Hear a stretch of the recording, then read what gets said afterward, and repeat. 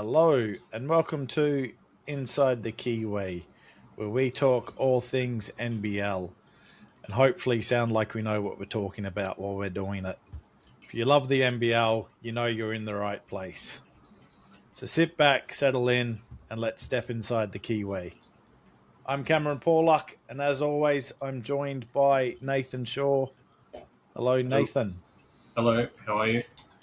Good. So another big week of basketball, but we're going to leave the championship series alone for now, and we'll cover that off in a lot more in-depth next episode once we have a winner and it's all done and dusted.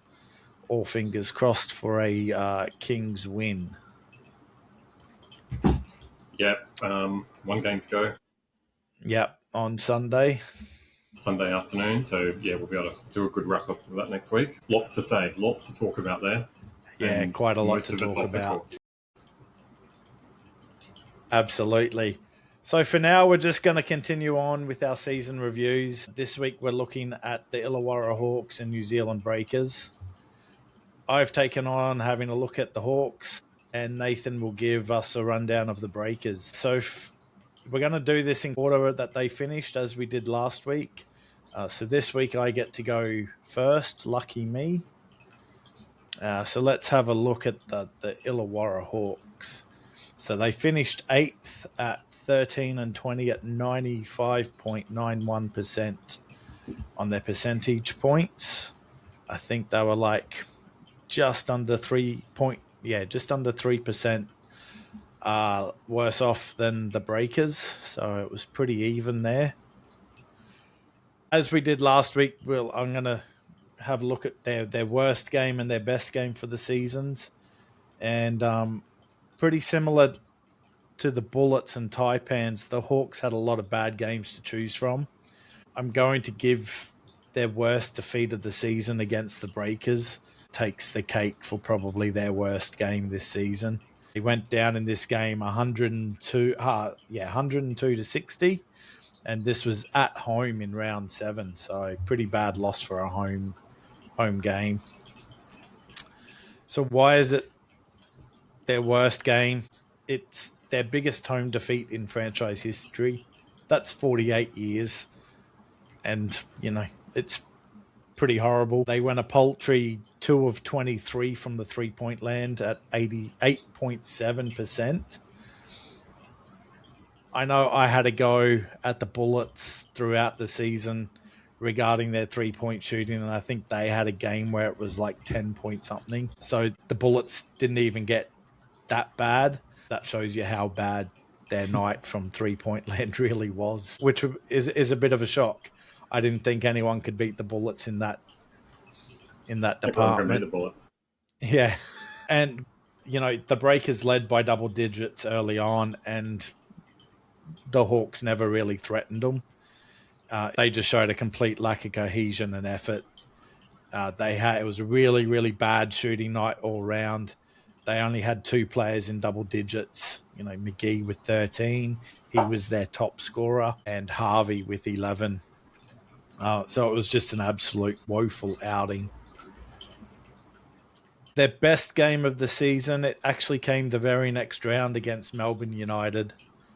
It's definitely not their largest winning margin for the season, but coming off the back of that butt whooping, and they also lost another game a couple days after that butt whooping to the 36ers in Adelaide. This was just, one of those games that was a shining example of what this team could actually be when everything went right. So they beat United 107-93. Was a home game. United was sitting top of the table at this point in time. They hadn't quite yet got the yips and started their slide. McGee produced a masterclass. He went for 37 points, 14 rebounds. He was 13 of 21 shooting and 10 of 11 from free throws. So showing not all big men are horrible from the charity stripe. It's always a good thing to see. And, off the back of McGee's rebounding, the Hawks dominated the glass. They were 26-13 at halftime, and they ended up finishing with 49 for the game. They shot 50% from the field and an even better 54.5% from three-point land, plus an impressive 92.5% from the free throw line. So it was just a really great night shooting all around for them. And they got great contributions from their other starters this game as well. I think all of them had double figures, and QJ Peterson chipped in as well. And, he was still at this point in time finding his feet. So I think it ended up being quite an impressive all-around performance by the team. And as I said before, this game really highlighted what they were supposed to be for NBL26. It was just a great inside-out dominance. They were physical on the defensive end and just showed a lot of high energy. So what went wrong for them? For me, and I think a lot of people, it started with their off-season and their roster build. They lost some very key pieces to their roster. They lost, Trey Kell, Lachlan Aubrick, Darius Days, and Jesus, now I can't even say his name. Lee, I'll just say his last name, Lee. And I just don't think they actually ever filled the void of those players. Cal was offered so much offensively, and he really helped open things up for Harvey. Aubrick did a little bit of everything and was extremely solid defensively as well. Days, some starch off the bench, as was Lee. Lee was a sniper coming off the bench. And so, yeah, they just never really filled those pieces the way they needed to. I think, if I can just cut in for a second, I think a lot of people talked about Ulbrich and Frolling's injury, but I think missing Trey Kell was huge because he used to, as you said, he made life easy for Harvey. He used to take the best guard. He defended well. He used to do the job there and have the ball. Harvey could play off the ball. And they didn't replace him. He was big. They didn't replace him with someone that size. And I think that was a big difference this year for them. Yeah. Absolutely. And then, they made a bit of a mistake with one of their import signings, Jaquari McLaughlin. He didn't really seem to fit what they needed. And it was kind of evident even at the blitz. So it was pretty early on that you were like, don't know if he's quite right. And I know they kind of weren't sure on him to begin with. I know there was talk preseason when they had him in working with the team, and I think they had Lamar Patterson in as well working with the team, and they were trying and ahhing as to which way they were going to go. And then I kind of feel like maybe Brisbane forced their hand, because Brisbane then signed Patterson as their injury replacement, and I don't know whether that changed their mind and went, we'll just go with Jaquari. So, yeah, he never felt like he was the right fit. And, they then had to bring QJ Peterson in once they decided to let him go. I'm not sure whether Peterson was the right fit either, especially alongside Harvey, but he was certainly a better option. And he started to show some signs towards the end of the season that he was at least talented for this league, but maybe not the right fit for that team. I actually think he would have done quite well over in Perth. Yeah, so, I agree. They had a few injuries you've already mentioned. They had Frolling being out from the start with his Achilles. They had Hickey out early for quite a few games with that eye injury. Bolden went down with a, season-ending injury. And then apparently Harvey was dealing with back issues late in the season, and Greeter with some concussion issues as well throughout there. So those played a factor. I know Tatum complained a little bit that he didn't really seem to have a consistent roster. I think he had it easier compared to a couple of the other teams that we've already spoken about, and maybe a couple others that are still to come. So, yes, it was an issue, but probably not as bad as some of the others. I also don't think Frolling and McGee worked well together once Frolling was back. You couldn't play either of them at the same time. And I don't think McGee liked coming off the bench. There was certainly some unhappiness there. I also don't think I don't think the Hawks' offensive style of play worked for McGee. You know, Tatum likes that sort of run and gun style offense, but McGee worked a lot better in sort of the half with set plays and, you know, getting the ball into him in the paint. And, you know, that really slowed the team down and took away from guys like Hickey, and, you know, they work better in the open court. Hickey in particular, I think, is amazing in the open court. So I think there were some issues there. And then there was also a lot of chatter about, you know, discontent between some players. And while the Hawks kind of denied a good chunk of it, it did at times kind of seem like they weren't all on the same page, and that some of that discontent was actually quite true. And I can remember I heard sometime, I think it was shortly after Froling was back, that McGee wasn't going to last the season. So I was kind of surprised that he did, because you got to admit at certain times throughout the season that, throughout that sort of part of the season, he didn't look happy sitting on the bench. Yeah. So, yeah, I just also want to apologise to everyone if my voice is sounding a bit rubbish. I've been sick this week and I'm still getting over it. They were pretty, they weren't pretty inconsistent. They were extremely inconsistent, and that kind of shows in their best and worst games. You know, they were a mere 6 days apart, and yet the extremes, you know, massive in the difference between those two games. You know, they got blown out of the park by realistically another mediocre team, and then the next thing they're beating a team that's at that point in time were sitting top of the ladder and considered, you know, the front runners for the championship series at that point in time. So, yeah, just a lot of inconsistency from them. And do you put that down to roster build? Do you put that down to coaching? Cohesion? I think the roster build, I think they're not filling those pieces that they lost, especially from the defensive end. I think they lost a lot of defensive identity with those guys. And that little spark that Lee gave them in their sniper shooting was just, you know, you can't recover from that if you're not going to replace it. Yeah. So, yeah, I think that contributed to that all that inconsistency. What went right for them? Probably not too much. McGee was elite for them, really, even though, as I said, I don't think he necessarily fit their style of offense. He was magnificent to watch most of the time. He did have some dud games here and there, but, you know, he averaged 19.4 points per game along with 10 rebounds. How he didn't make all NBL second team, Crazy. I still don't understand. That's just crazy. He absolutely should be at least NBL second team with those stats. You know, he gave the Hawks great defensive presence in the paint.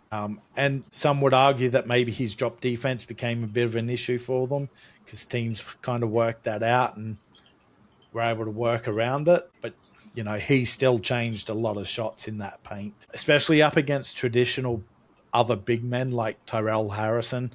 Tyrell had a big issue with him, dealing with him this season. So, yeah, any of those natural sort of normal bigs, they really struggled against him. And he was one of those guys that he changed shots. Basically, like when Bogut came back to the NBL, he would just change shots, and you could see the offense have to try and change things up, attacking the paint. So, yeah, so I thought he was a shining light for them, despite a few little issues. QJ Peterson, as I said, he got better as he went. He had a nice little period mid-season where he was absolutely fantastic to watch.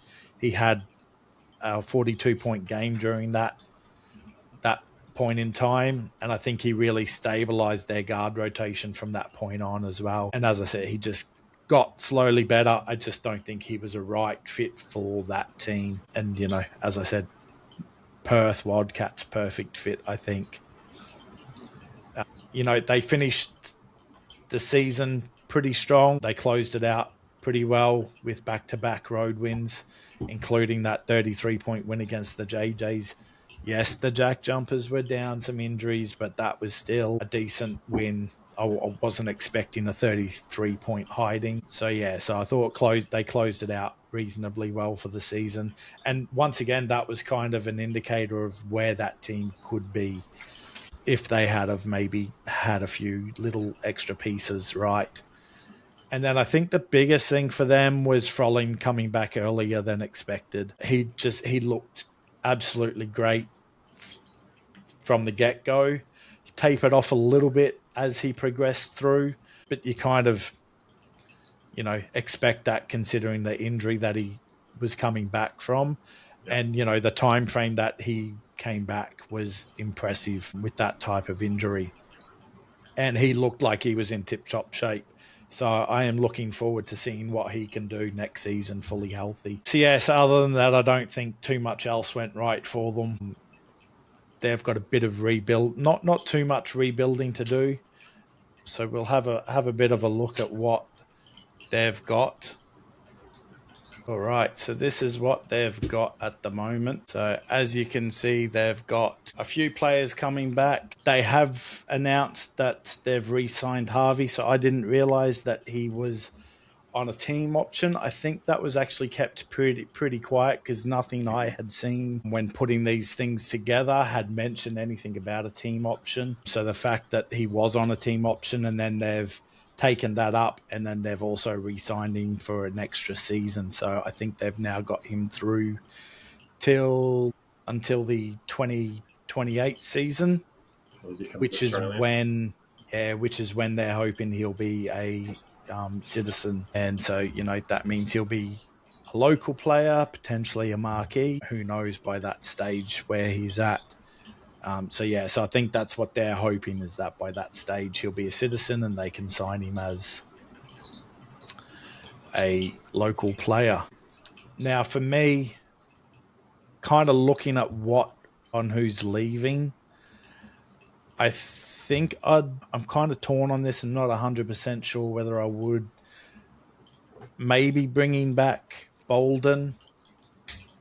I know he's been a bit up and down since he's returned to basketball.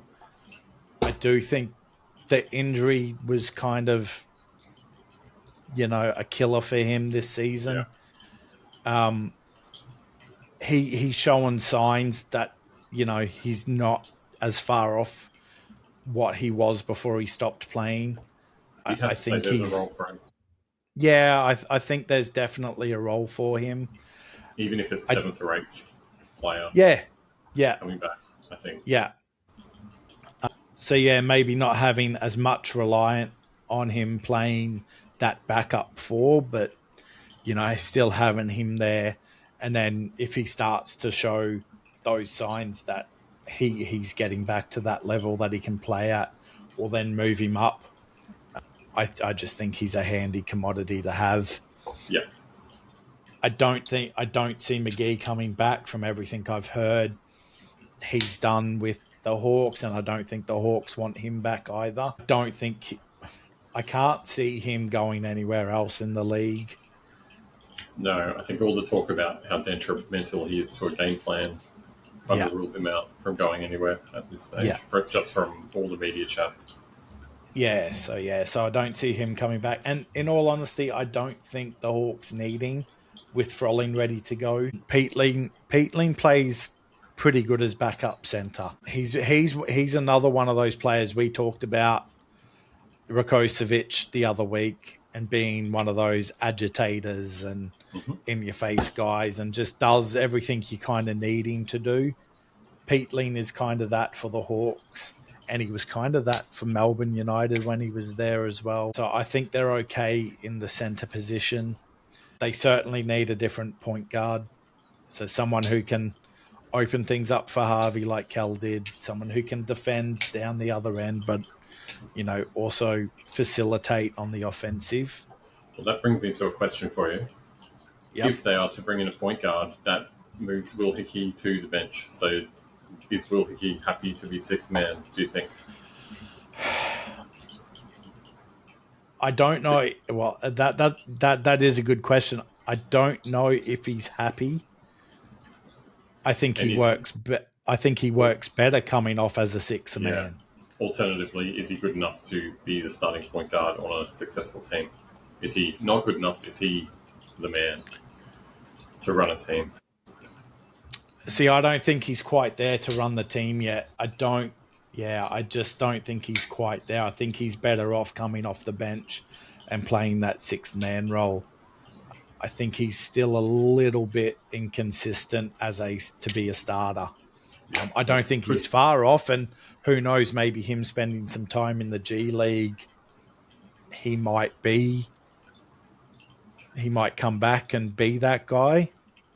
I mean, he's this perfect spark plug, isn't he? I think the season before the final series against Melbourne United, perfect spark plug off the bench. Yeah, and that's how he worked best. And I thought because I think there was a couple times where he came off the bench this season, and I think he looked better for it. I know he had that triple-double this season, but yeah, I still think coming off the bench for now, maybe give him one more season at that and then see if he's progressed enough to be a starter in the league. They definitely need to find some extra shooting firepower off the bench. Defensively, they've got most of the pieces in place. But maybe an import wing or import four to bolster them on both ends is what I think they're missing. Because I think you could even move. I know he likes to play point guard, but Hickey at the 3 could work as well as a starter and being an alternate ball handler. You'd want a big point guard then, wouldn't you? Otherwise, you're playing Harris. Yeah. So I don't know. That's maybe something for them to look at and think about, but definitely another import as to whether that's a wing or the 4 to go along your point guard. Maybe a 4. Maybe that's where they're weakest at the moment. I don't know who'd be their starting wing though. So that's why I maybe move Hickey there. So that's pretty much all that I've got on them at the moment.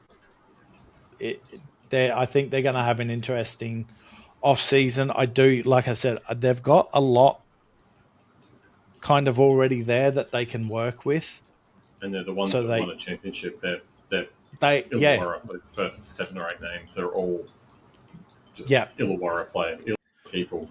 And they've been there and done that. So they don't have to make too many changes to be back up there. So like I said, that point guard position and then the other import and, maybe another piece off the bench as a decent shooter just to bolster them there.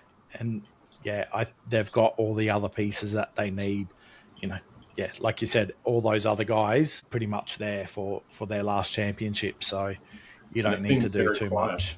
Very quiet in market news with Illawarra. You don't hear anything. No. And that's why, just because they don't have that many pieces that they've got to sort of fill, I think they can take their time.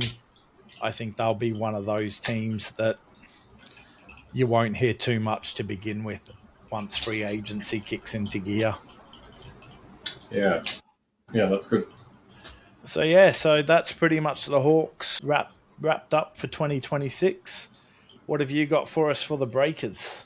Well, I'm having a look at the Breakers who, to be honest, didn't only just finished above Illawarra. They were 13-20 in 7th spot. Could have been a different story for them. It is what I kept coming back to when I was writing this review. I think all season they showed flashes of being a potential top 4 team, but they were just too inconsistent. What went right?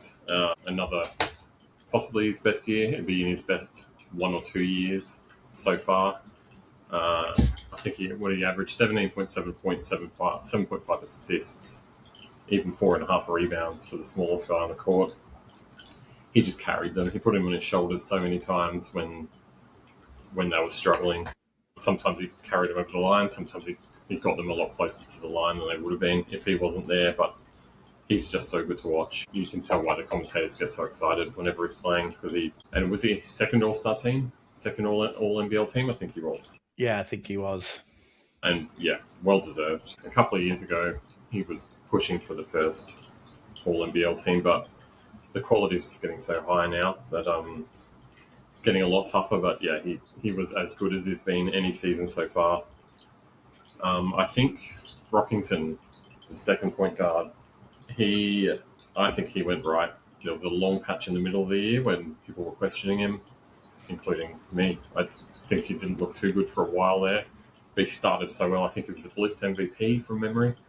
They needed someone who's going to take the pressure off PJC, helping with the ball handling, attracting defenders, and that's what they got out of him. And by the end of the season, he was killing it. And I would like to see them bring him back.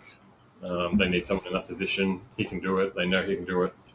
So we'll have a look when we go through the team list. But I would like to see him back. I think the culture reset they did off court was a good move. Made it very clear they were going back to a Kiwi core from their owners. They talked about bringing Kiwi coaches in.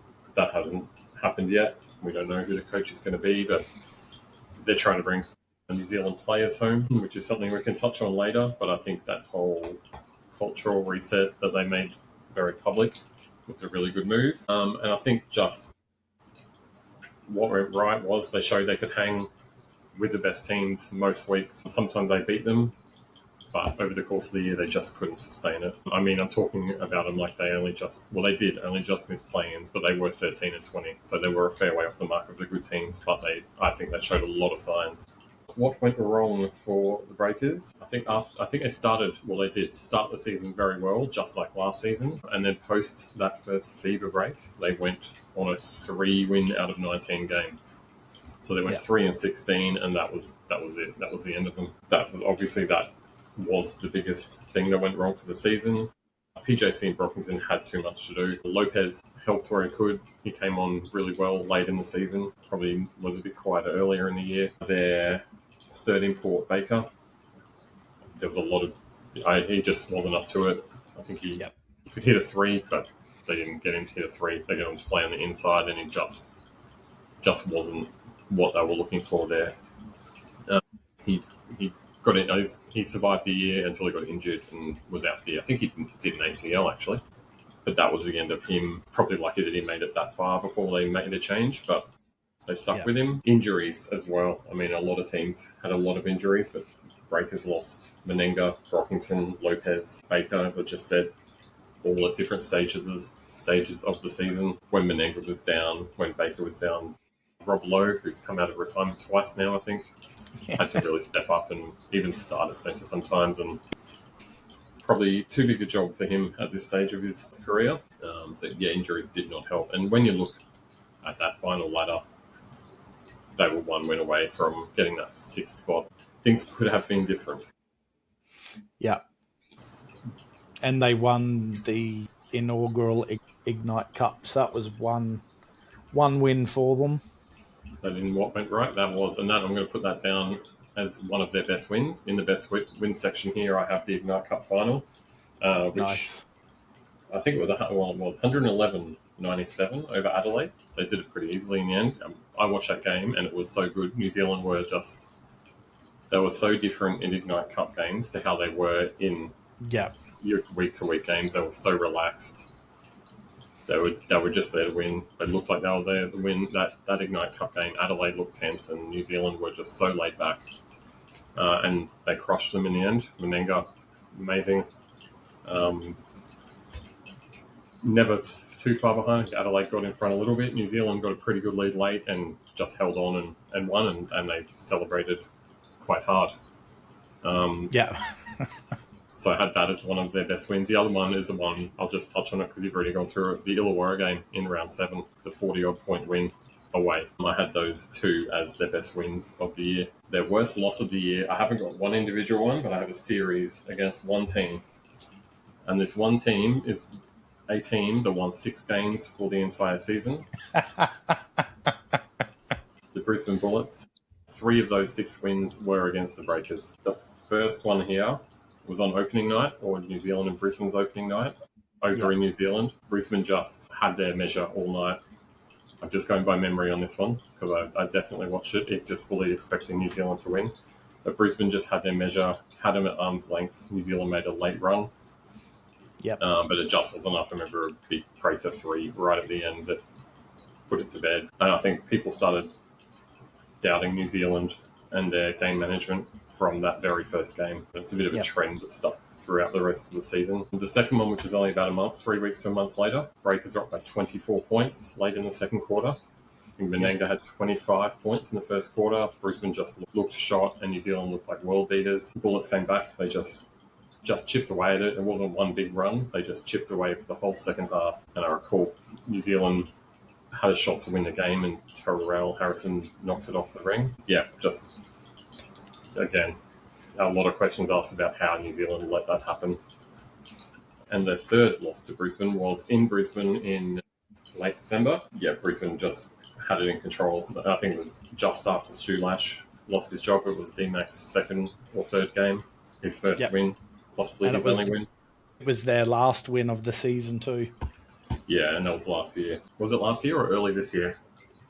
December. Early January. It was December. Brisbane went by 15 at halftime. This one wasn't a choke for New Zealand. They were just outclassed. And as I said before about the ladder, if they win one of those 3 games, they're finishing 6th. So that was just a disaster, just an absolute disaster, losing any one of those. Sorry, Brisbane. Where to now for the Breakers? I think they need to keep the Kiwi core together. We can have a look at the slide here. So on the out list there, I've got bringing Davison back. He's so athletic. Yeah, I agree. Great off the bench. I mean, his game's developing. I would have him back in an instant. He can jump. I haven't seen a guy who can jump like that. Yeah, so athletic. I wouldn't be against bringing Rob Lowe back if he's playing 10 minutes a game tops. I'm sure he'll be saying the same thing through his management. If he's got to start, he's got to be paid more for old Rob Lowe. But to his credit, he's still out there just driving every other centre crazy on the other team, picking up tech fouls from the other team. He still does his job. Yeah. So if there's...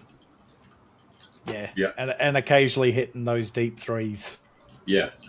I mean, he doesn't need to be starting. He just needs to be the backup. But I think there's still a place for him on that team.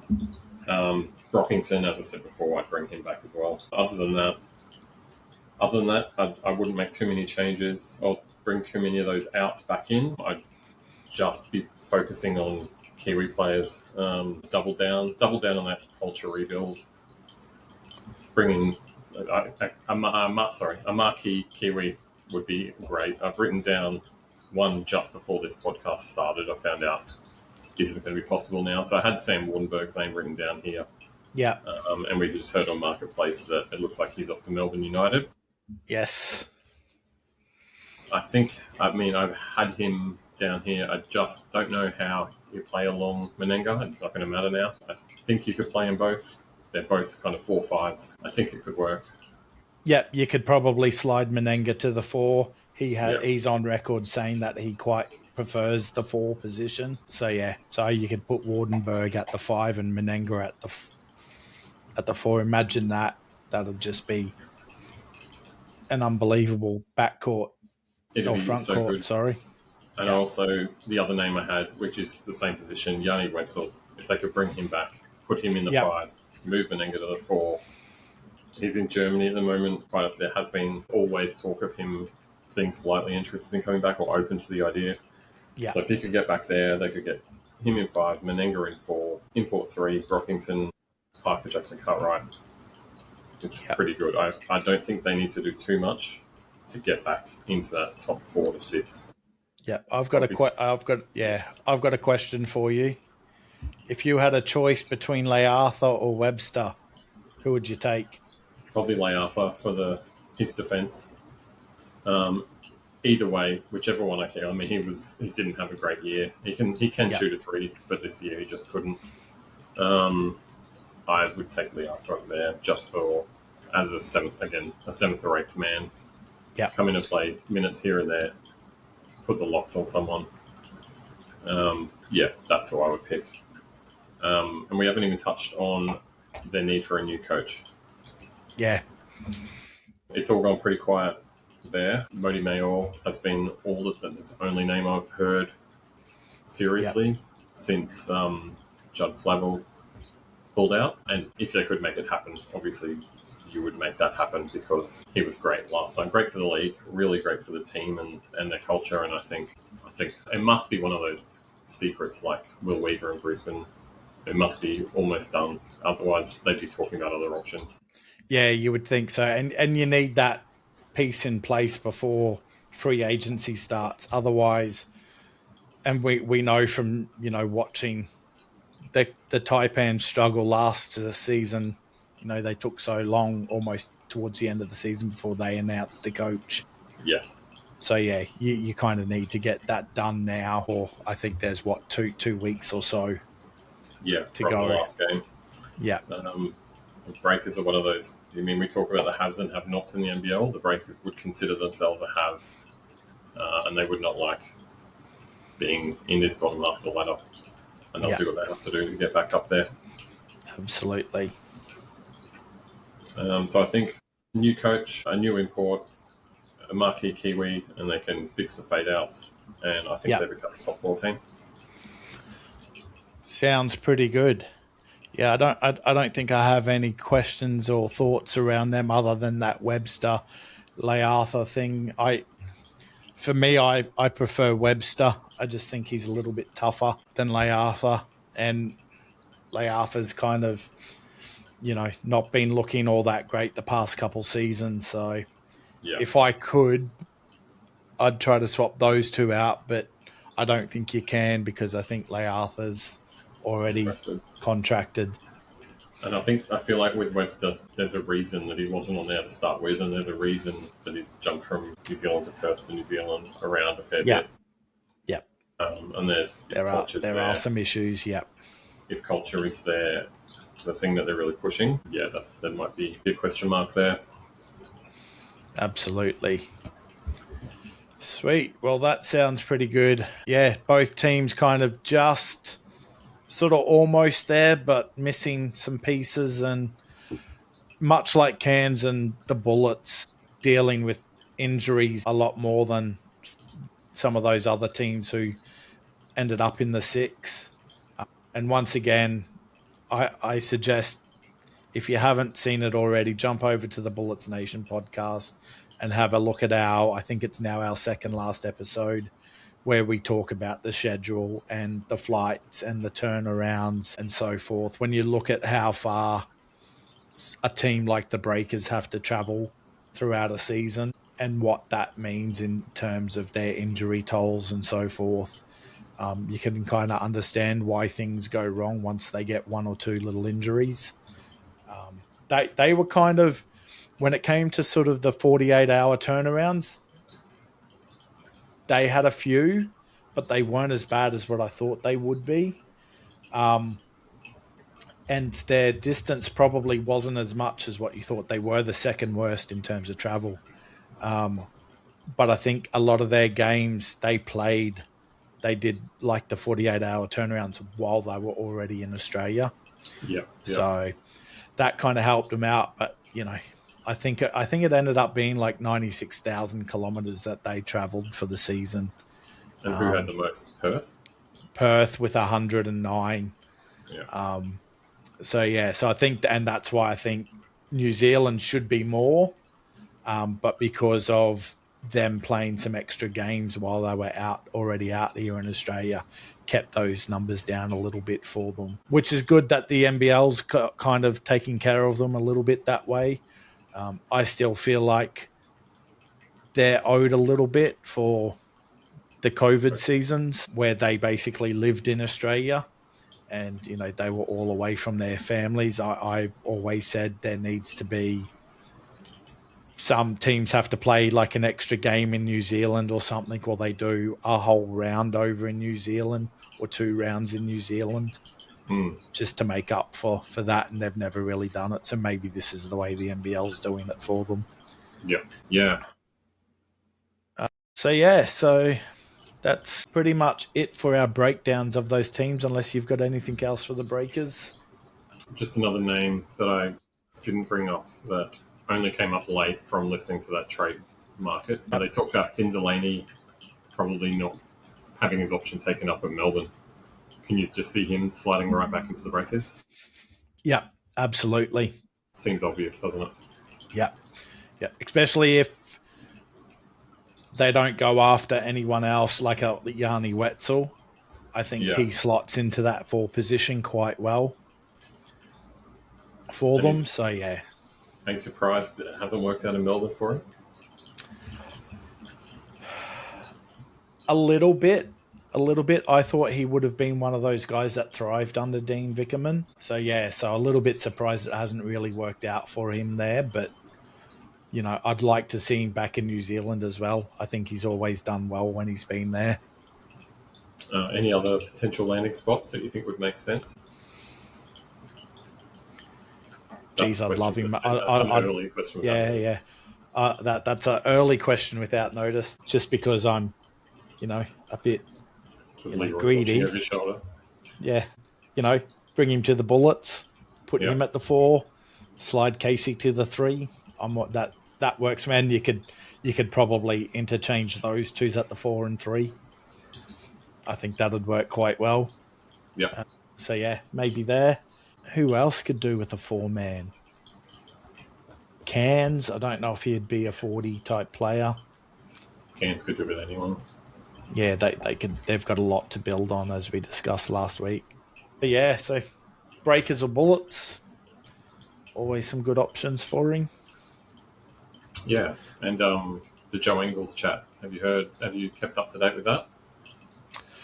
I have. So we'll get to that because we can throw that in as the news. We'll start that off with our first bit of news for the week. So there's obviously chatter that Joe wants to come back, he's happy to come back to the NBL. He wants to finish his career here. And as they were discussing on Marketplace today, Adelaide are chasing him quite hard, but it's sounding like he's more interested in one of the 2 Melbourne teams. So I honestly think Phoenix. I think that it's kind of a, what do you call it? Sort of that perfect sort of finish. Starts in South Melbourne, finishes in his career in South Melbourne, or at least professional career anyway. Yeah. So yeah, I certainly don't want to see him in a United jersey. No, me either. I don't know what it is, but I just don't. Well, I do know what it is. I don't really like them. But I'd love to. Yeah, the symmetry of starting at the Dragons and finishing at the Phoenix, I think, would be great to see. Just wonder if he is a hard enough worker at this stage of his career for Josh King's game plan. I think he's one of those guys, he'll just come in and do what he's asked of. It doesn't matter where he ends up. I don't think he's playing big minutes. I don't think he's quite quick enough for this league anymore. They call him slow mojo for a reason. But he'll still come in and give you everything that you need of him. But in limited minutes, I think, is what it'll be. So I think he could come in as one of those spot-up shooters, offer some grit offensively, even like defensively. He's going to get in people's faces and really give them the irrits, because that's just the type of guy he is, which is why we love him. So, I think he would work well under Josh King. But just in spot minutes, definitely not. Nothing more than maybe 15 a game. Yeah, I'd like to see that. I'd like to see him not go to Adelaide as well. So they don't deserve him. Agreed. They had their chance. Yep. So many chances that they've lost along the way because of shitty management. So other news around the league. So as I said before in my breakdown of the Hawks, Harvey's re-signed and they've added him on for an extra season. So he's now there till 2028. One, not necessarily NBL, but WNBL, Sam McKinnon has been named head coach of the South Melbourne Flyers. So well done, McKinnon, one of my favourites from the Bullets. So good to see him. And Sean McDonald has re-signed for 1 year with the Jack Jumpers. So obviously they're going to give him a chance to try and prove that he can stay fit and healthy and hopefully run that team at the point guard position. I speak with on Tassie. Peter Hooley and Olgan both hinted, did you hear on the end of the marketplace? They both hinted that something really good's happening for Tassie, something exciting. I can't for the life of me think what it would be. Yeah, I couldn't work out what they were talking about either. So if you're a Jack Jumpers fan, apparently you might need to stay listening, and it sounds like it could be an exciting announcement that they're going to release at some point. So that was I did hear that. I don't think I've seen too much else in terms of news. All the other stuff on sort of marketplace today is speculation. Wardenberg potentially going to United.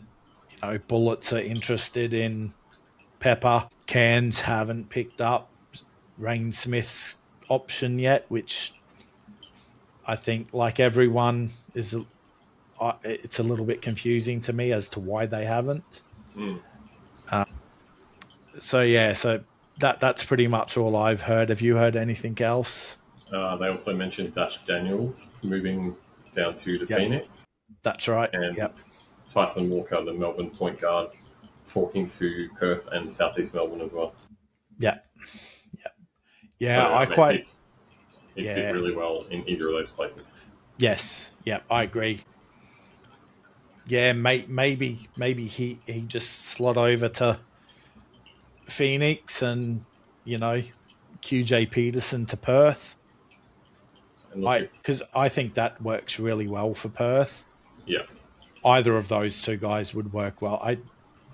I think both of those give Perth exactly what they need. So I think that could be a win-win for them.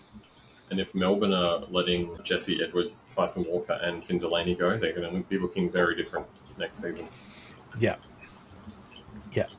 I haven't heard any more on Dean Vickerman and whether he's, going to stay or whether, Japan's managing to poach him or not. So I guess that's just a stay tuned and watch that space.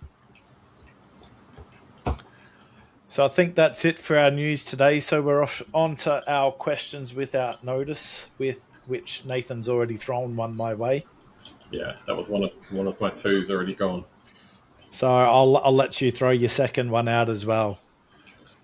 So my other one, and it's about Illawarra and the Breakers. Do you think those two teams underachieved this season? Do you think it was about where you're expected? And in saying that, do you think that was a necessary reset in both cases? For me, I don't think the Breakers underachieved. I think they kind of finished around where I had them. So I think that was I think that reset was going to end up sort of them finishing where they did. Maybe had they not had those injuries, they might have finished a bit higher, in which case they would have overachieved in that case for me. So I think they've kind of finished exactly where I kind of thought they were. So, they might call it an underachievement, but for me, it was kind of exactly where they sort of should have finished, considering the reset that they were going through with their whole culture and so forth on and off court. Illawarra is an interesting one, considering, they were the champions the previous season. So just off the back of that, you kind of got to go, it was an underachievement. They really failed kind of miserably. Yeah. But then, you look at it and look at the pieces that they lost and you go, well, they didn't really fill those pieces very well. So you could argue that it was kind of expected. I know I had them in my top 6, but I think I only had them in my top 6 because they won the championship the previous season. So you kind of had to have them in your 6. But in saying that, I don't think, apart from Damon Lowry, I don't think I saw anyone picking them to win again. No, I don't. I didn't think they would win the championships, but I thought they might. They would at least finish somewhere in that sort of Mm. 4-5 Yeah. position, and not where they did. So yeah. So just off that, I say underachievement for them, Yeah. and yeah, a good time for them to sort of reset. I think they'll easily fill those spots that they need to a little bit better this year, and then they should be back in the mix next season. So we've got both of today's teams potentially back in the mix next season. Yeah, yeah. Next season, if teams manage to fill their rosters the way they're kind of all looking, I think it'll be an even more interesting season than this season. Yeah, someone's got to drop. Someone has to drop. Yeah, someone has to drop and a few teams have to rise. So, Yeah. I'm not expecting the Bullets to kind of make a big splash, but I think they'll move up. They can't go any bloody lower. So, they've got to go up. I don't see them staying where they are, not with Weaver at the helm, but I'm expecting it to take a season or two before they're back, really fighting to make that six, even, being in the six. I think they'll be fighting for the six next season. I don't necessarily think they'll do it, depending on what they can do in the off season. Yeah. It's going to be good. It is. All right, my questions, which I've just lost. There we are. So, should teams, especially when things are heated, at half time or full time, should teams be walking through separate exits off the court? It's probably for the best, but the NBL are so hot on the drama at the moment. Like they're pushing it and they're advertising it that I don't think they would change that just because they are really leaning into the drama. Even the NBL socials themselves are just so good everywhere. They love it. Yeah, it's never made sense to me. The tunnel situation. Yeah. I can always remember. I am positive back in the day, teams always had to exit at different spots. Yeah. One team would come in one end, the home team would come in another end. Yeah, it makes a lot of sense that you would go different ways. Like in Australian football, they go off the different sides of the tunnel. I mean, they're near each other, but it's different. Yeah, especially when things are heated, at least wait and let one team go off first. Yeah. And then let the other team go off, not together, because then you wind up with things happening that, we've seen this week. That's it. But like I said, they won't change it because they're loving it. They are loving the drama. Yeah. I can remember back when the Bullets first came back into the league and we were at the library at South Bank, the convention centre, and it was only for one team that they changed where they had to come in and walk out a different way. Yeah. And that was Perth Wildcats, because that Perth Wildcats team were absolute dicks at the time. Yeah. I've got a nice story I could tell there. I'll save that for another day. It just adds to my hatred of the Perth Wildcats. Who are we talking? James Harvey days? No, we're talking 2016. When we came back. When we first came back. Damien Martin days. Yeah, I'm trying to remember who the imports were. And in all honesty, it wasn't even the players that ended up causing the issue. It was one of their staff members that caused the issue. So, yeah, I'll save that story for another day. But, yeah, I can remember we were told that they changed only for Perth, that Perth had to walk out a different way because their players were such arseholes at the time. Wow. I look forward to that story. Yeah. So my second question, if Adelaide managed to win on Sunday, who gets finals MVP? Do you think Cotton's actually done enough to deserve it? Or does it go to a Kings player? Or is there someone else on the 36ers that you think deserves it more? I think after last season when Deladova got it, and he basically threw it away, or he very nicely gave it to Will Hickey. I think they will overcorrect on that, and they will make sure the winner comes from the winning team. If Adelaide win on Sunday, I imagine Bryce Cotton has to have a good game for that to happen. Therefore, I think he would have done enough to win it. Is my thinking. I don't think they can give it to someone from the losing team again. And I don't think anyone. I mean, maybe if Cheatham has another ripper, he's been pretty good. Yeah, he was close to a triple double last night, and I'd say he's probably the only. If he is that good again and they win, I wouldn't see him getting it. Otherwise, as I said, if they win, Cotton's got to have a good game, so he will probably have done enough as well. Yeah. We were talking about this in a group chat today. It may be that I think the NBL may have changed it in that they take the highest voted player from the winning team. I think they may have put something in place to make sure that what happened last year doesn't happen again. Yeah. I don't mind. I would think if Cheatham has another great game, I'd be happy with him taking it. At the moment, I don't think Cotton has done anywhere near enough. He's had one really great game, one pretty dismal game, and then 2 okay games. I think the assist column isn't being spoken about enough for him when he's not able to shoot or not scoring. He's passing off a lot of assists. And that's really only been the past 2 games, though. Yeah, I think. But before that, and game 2, obviously he hit the game winner, and he had a pretty good game that game. But I just because my other option was Flynn Cameron. He's been pretty consistent.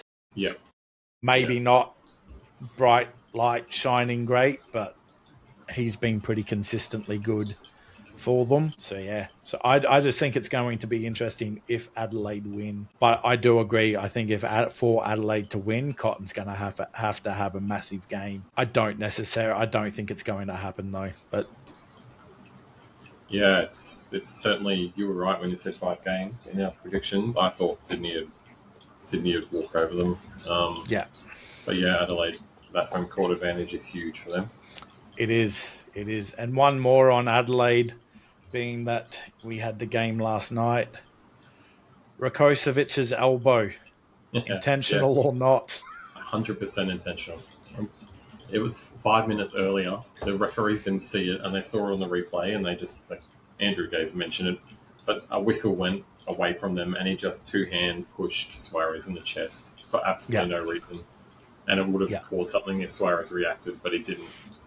And he just can't help himself. So yes, 100% intentional. Yeah, and Gay's saying that there was no malice in it. Yeah, he had to. He had to backtrack a bit, but he still didn't go 100% into it. I think he even started by saying it wasn't even the throw. And he saw it again. It's like, oh, actually. He can't help it. He can't stop himself from doing it. Yeah. And he's always so surprised. What amazes me is how surprised he is when he gets done. I know, right? Like, he was like, what did I do? What? Yeah. Do you think he should potentially miss a game?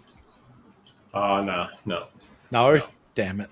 No. I think I'm the only one who thinks that. It's a business end. Look, if it was during the season and he just... Well, actually, did he have a suspended sentence, or did he? No, he got suspended. He's already paid that suspended sentence with the Brisbane fight. That's right. Yeah. So no, I wouldn't want him to miss the last game because he is entertaining as a neutral supporter who wants Sydney to win. I'd still like him to be there to see him potentially self-combust. Fair enough. Awesome. Well, those are my questions. Do you have anything else today? No, that's all I've got for today. Awesome. Well, that's it for us for this episode of Inside the Keyway.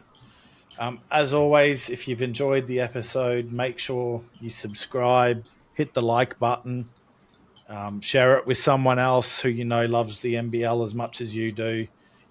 You already know you can find us on YouTube, Spotify, and Apple. We have had to make a bit of a change with our Spotify account, thanks to my lovely error. So that's now been fixed. So there's now a new account on Spotify. So like and subscribe to that one or follow that one. And as always, we're on the socials. Check us out, Inside the Keyway. If you've got any questions or thoughts, please leave them in the comments for us. Stay safe, have a happy Easter, and until next time, keep watching this space, respect the shot clock, and we'll see you inside the Keyway. See you soon. Go Kings. Go Kings.